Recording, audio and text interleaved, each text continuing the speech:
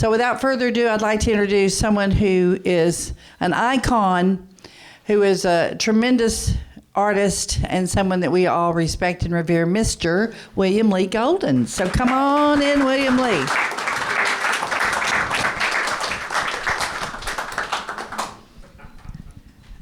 How you doing, Cheryl? I'm doing good. Thank you for being here. Well, thank you for having me here. Yeah, you've been We're part all of neighbors Monhaven. here. Pardon me? We're all neighbors, so. That's right. And you've been a part of Monhaven for a long time. Long time. Yeah, I remember before when the Waddells lived here. My sons grew up with some of the Waddells, and That's right. Yeah. anyhow, yeah, we go way back. But yeah, I've had a couple of showings here, I think. You have. I did, last showing I had here was my photography. Mm-hmm. And had some big images, different images, but Yeah. thank you for letting me do that. Oh, yeah. And we're going to have you back. I should But we have had a got you book back today then. because, yeah, you should have. But do you recall that we talked about the book? We did talk about We it. did. We talked about it then. You and me and Lois Riggins-Ezell, who's sitting in the back, who is a dear friend of William Lee's and was executive director of the Tennessee State Museum for many years and is now here with us at Monhaven. But we talked about then that he should do a book. Of course, we all call them coffee table books. Yeah. Yeah. Our cocktail table books were the book with the photographs, and we talked about it then. So I'm so glad that you were able to see a dream and an idea to fruition. Well, I wouldn't have been able to do it without Scott England back here. All right, and Scott's right back here, and Scott is the... In fact, Scott helped me with both of my books. Whenever you talk to me, put that mic up to your... Yeah. Okay. Yeah, you got to keep it close to our mouths so they hear us. And we're being recorded, so we want them to hear everything you say so we can hold it against you.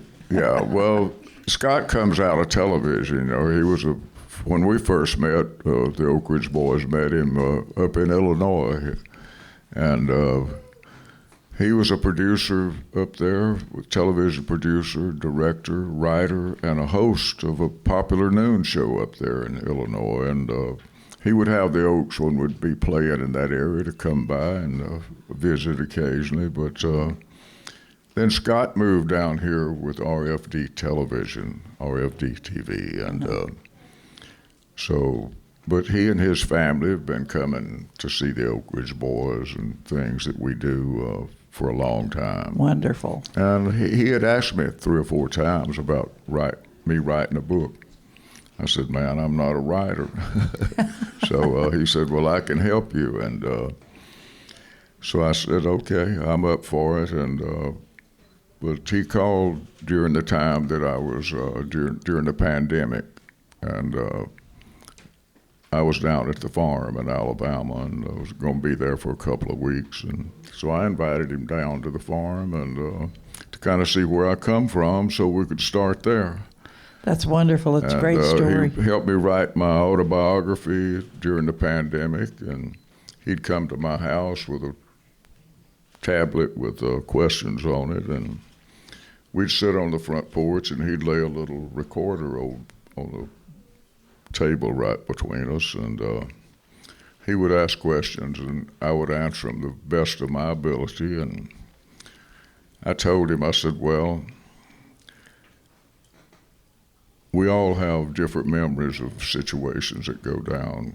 Different people can see the same thing, but they have a different memory of it. I said, you're welcome to talk to anybody that I know and get their memory of what's going on in my life. And he talked to all the Oak Ridge Boys, talked to our manager, Jim Halsey, and talked to different friends of ours and associates, and he talked to 2 of my wives. He talked to my first wife and my 4th wife, but Frozine got into some things that I was not going to get into in that book, but I'm sure he did. things that I couldn't deny. So About that 4th, there's nothing you could deny. yeah. Well, we're just so glad you're here, and this is such a treat. Golden Memories, a great title. I mean, you look at the title, Golden Memories, and you think that's just so obvious. Did you come up with the title of the book? No, Scott helped me again with that. I Okay. think what I did is, we had talked about that. I would be signing a lot of the autobiography books, and so we talked about photography and stuff, and some images that I had shot around, and like this one here, and it was a series of sunset shots that I did during the time. That was in 2013, actually. I was going through my third divorce, and so I'd go out to the lake in the afternoons and take sunset shots. You know, it was kind of a therapy for me. It's a changing of life, and your day is over, and you've lived all you can in that day, you know. And anyhow, it's a thing that I did sunset shots at Old Hickory Lake here. Right. And I know that the pieces you see up are in the book, and there's some more in the room where the books are. But in this particular piece, which has always been, that was in our show, Yeah. and that's been one of my favorites. And part of the reason for it being one of my favorites is the title. And it's interesting I say this because we have William Lee's phone going off. But the piece here tomorrow, we have a local and regional arts department here, and a lady named Ruth is the director of it. And tomorrow she has a group coming in, and it's for titling your work. It's about painting or photography and titling it. One of the reasons I love this piece, I love the piece for the photography, for the content of it, totally. But I do love the title. Did you come up with the title? Yeah. Okay, because do y'all know, if you don't know the title, it is Proud Grandfather. Yeah. Grandfather's Pride. Grandfather's Pride, when you look at that, it doesn't matter if that's him with his grandson or not, because you probably didn't know when you were taking it. But what a phenomenal title for a piece of work. And it just drew me to it so much. It's so precious. So it's a beautiful shot, but it's also a beautiful title. It was, you know, it's like these people, I don't know who it is, but it was, it looked like a grandfather and his grandson. It does. Tell the way the man, his countenance, and the little boy, and but they were fishing in that area there, and they were slow around there. But I got several shots of that. I love that. I love that. And there's other afternoons out there, I was shooting sunsets, and different things would get in between me and the sunset, you know, and it worked out perfect. You'd have a good image with a foreground. Well, the other thing, and you and I talked about this a long time ago, you travel so much, and the book is filled with his travels in different places all over the world. And you did talk about how in your home and in your community, because you do live in an area, a rural type area to a degree, and with the lake and everything, that you were able to continue when you got home to really do your photography. Yeah. Because he was surrounded by such great things. It never ended. And I think that helped keep your chops up, don't you think? I think so. Yeah, because I know a lot of your work did come from local also, just like when we get to see the great Old Hickory Lake pieces that you have, and even from your home, Right. Golden Era, from where you live. It's so beautiful, and you've got some great shots in the book with that. And also another one I want to bring up to everyone, if you didn't know, inside here is the home that William Lee grew up in. And I don't know if I marked that one. I marked quite a bit. But it's the home he grew up in. He bought the home. You still own it, don't you? Well, it was passed down from my mother and my father. Right. My Well, it's mother in and the sister. book. Yeah. It's in the book, and it's precious. And that's his home where he grew up. And so he has fairly current pictures of it in there, right? A fairly current picture is in there of it. Yeah, that's a correct picture. Yeah, and I don't think that I marked that one. But the other thing I want to talk about is in here with the Barbara Bush Flower Garden, Kennebunkport, Maine. Now, this is a photograph in the book. And this particular photograph, I'm sorry, y'all. But this particular photograph right here, he also painted this. And that painting hung where? It hung in the presidential library for 7 years. Yeah, so I don't know if And, everyone knew that, but not only is he a photographer, he is a painter. And this was, I've seen this piece. It's a beautiful painting, and it was in, That was the last picture that I took there. It was after I did the painting. There's 3 photographs of 3 pine trees that are in the original painting that the storm come in and took them out before that before this. photograph was taken. Yeah. Oh, yeah. This is a But really, you could see the different colors of different types of flowers at Barbara Bush. It was her flower garden. yeah, it's her flower garden. So it's really great. I don't know if any of you even knew that. Most of you in here probably knew he painted also. But if you didn't, it's a real treat. The other thing I thought was really fun inside the book is all the photographs of you. I thought that was so cute. You'll see him where he's about to fall off the Grand Canyon. He's very much a risk taker. And as he says in the book, different friend photographers and just different friends took those pictures through the years. But I think it's really funny when you did some real daredevil things. Yeah, well, I got to close to the edge a few times there. In fact, that photograph there. Yeah. This one. Now this one right here, which is up here, that's like straight in down. Oregon, I believe. That's one of my. I think that is a profoundly fabulous photograph. Yeah, it is. I liked it too because you can see so far down, and then you're up here in the top of the tree here, but then there's a peak over there. But that's facing south, up on the Oregon coast. That's a beautiful, beautiful shot. You remember the minute you took that? I do. Do you pretty much, when you look at these, remember when you took them, or do you ever look at them and go, I don't even remember taking No, that? I remember exactly when I took the photograph. Okay, yeah. Another piece in the book that's so beautiful is the chapel of the Ozarks, and it's just fabulous. And that's his favorite also. Yeah. Yeah, that's the chapel of the I Ozarks. got that one Yeah. hanging in the sunroom in a big image. It's on canvas. I had it printed on canvas. Yeah. And it's a big, like an art piece. Mm-hmm. So 30 by 40 inch, I believe. And you consider that to be your favorite? It's one of them. I've got several, just like this one here. Is, you know, they're all take me to a different place. They do. Let me ask a question. In here it says Solomon had asked you, Daddy, if you weren't your youngest son Solomon, if you weren't a performer, what you would do. Yeah. And you told him you would be a photographer, that you would take pictures.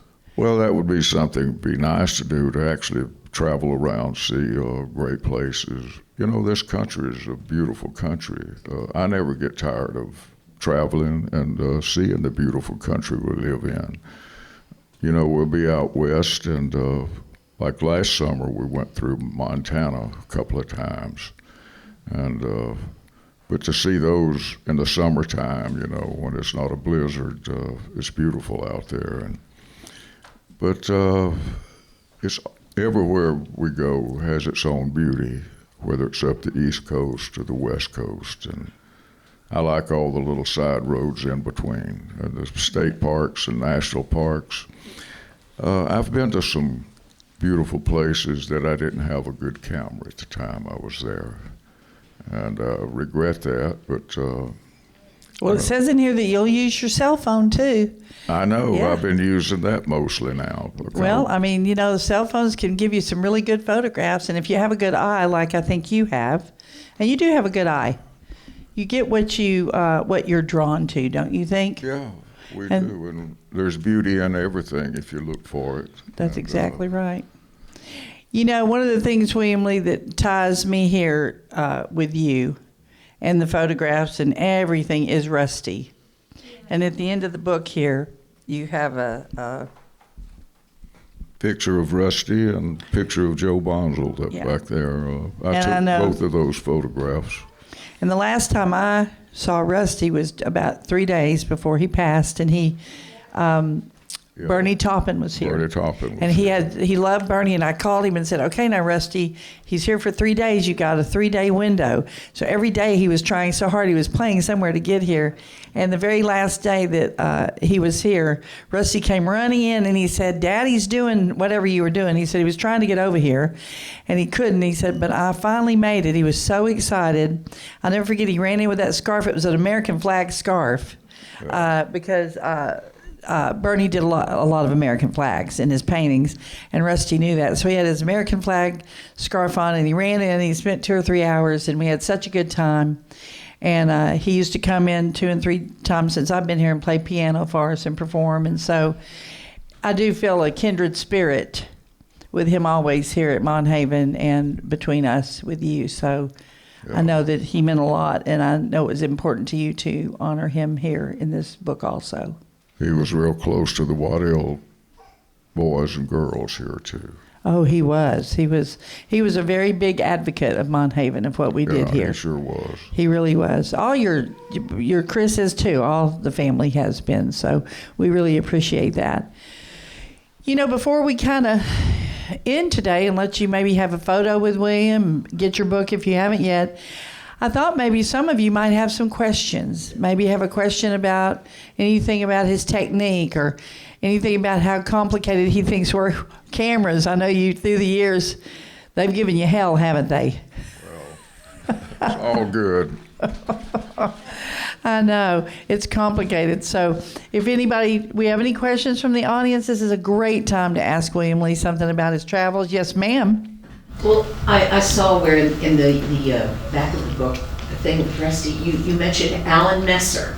Oh, yes. And one of the first times I ever saw the Oaks, Alan was taking pictures of you. He's still a friend of yours? Did you get some techniques from him? Jonelle wants to know about Alan Messer. She said through the years she's seen Alan take so many pictures of you and that he was such a fan of the Oaks and a good friend of yours.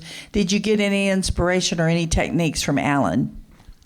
I've been a big fan of Alan's work for a long time, and he's a great photographer, and you know, he goes back to the film developing and all. He had his own dark rooms, but he was a great film director and developer. Mm-hmm.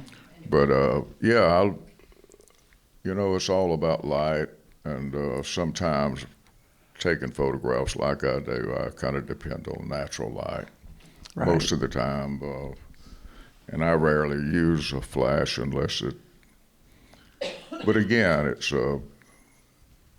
photography is it's a deep subject within itself because it's about lights and shadows and whether it's a front light or back light or side lights. You know, we got photographers here that know a lot more about it. Well, I know in the book, the one of your favorite, the Chapel in the Ozarks, you waited over an hour for the lighting to be perfect to take that particular photo. There was a cloud over and it kept moving slow. I knew that if it would get past, it would perfect sky everywhere, except that cloud wouldn't move over. And then it moved over about 45, 50 minutes later, took it to move. And then it shined down on the front of that church there, and boom, that was it. Anybody else have a question they want to ask William Lee while he's sitting here captive for us? Anything that you want to ask? William Lee had one great honor today. This young gentleman right here interviewed him earlier. He is from outside of Memphis, and he writes for one of the local papers, and he's 13, I believe you said, 13 years old, and I just thought it was really fitting that he come here to Monhaven and interview him. Yeah, he just did an interview with me before coming in here, and he and his father, I guess, and his family here, and kin folks. But Slade is a young guy that I met him here up in Gallatin a few days ago. At another book signing, Yeah, at another book signing. In fact, he gave me these to friendship. Oh, how wonderful is that? Well, it's really a wonderful thing to be loved and for your art to be so appreciated. We are all honored and have all been rewarded for for the work that you've been doing all these years with the Oak Ridge Boys. That's been a treat for all of us. And then to be able to have things like this with the books, with the memories and the photos and things that you have loved doing on the side other than performing, that's a real treat. And I'm glad you've been able to do that. And I noticed at the end of the book that he says at 86, Yeah, I'm 87 now. he's 87 now, but he says at 86, he did his photo book. And so anything's possible. And I got to tell you, William Lee, I've got a lot of confidence. You I've got never a get lot too old to learn something new, No. and you never get too old to do something different. That's exactly right. And you just keep going and you keep charging along and you keep a great attitude. And you do have a spectacular attitude. It's a pleasure to be around you. Every time we get to visit, every time I get to spend any time with you, I always leave uplifted. Really, I do. You're just always happy. And that's something we can all take from this today. At 87 years old, that he is still rocking and rolling big time. And he's got a book here to prove it. So we thank you all for coming. If no one has any more questions, what we're going to do is William Lee will go into the room with the book. Oh, do we have a question? Why, that's Fred Satterfield. He played drums with the Oaks for Hey, Fred. a long, Good. long time. Okay. Wonderful. And he's an artist too now. Oh, really? Yes, he is. He's got a Fantastic. book of some of his works. Oh, fantastic. He's an action artist. Yeah. He said, thanks for the plug. Yes. Cheryl, I have a comment. Okay. William Lee, my dear friend of so many years, I've been here through all the wives. She says her dear friend through all the years, she's been there through all the wives. You have been there through all my. You knew all my wives. Well, she's 86, so they're, you know. I still love them all. So You are an American treasure. You are an American treasure, she says. Wonderful to history and the museum. You helped chair the Federal Marshal in America when we celebrated 200 years of the Federal Marshal. You came and gave your time and your energy and your music. You did the same thing when we brought in the Buffalo Bill show from the Queen's Royal Armoury in Europe. You chaired that committee for me. You not only chaired the committees, but you came downtown. You brought your money, you brought your voice, and you brought a treasure trove of bringing things to us that we have been able to memorialize in history. And your photography is a testimony to the splendid gentleman that you are. Did you get some of that? Yeah, good. Well, I couldn't have ended it better, so that's there Lois you Higgins. go. Lizelle, yes. Yes, Lois is.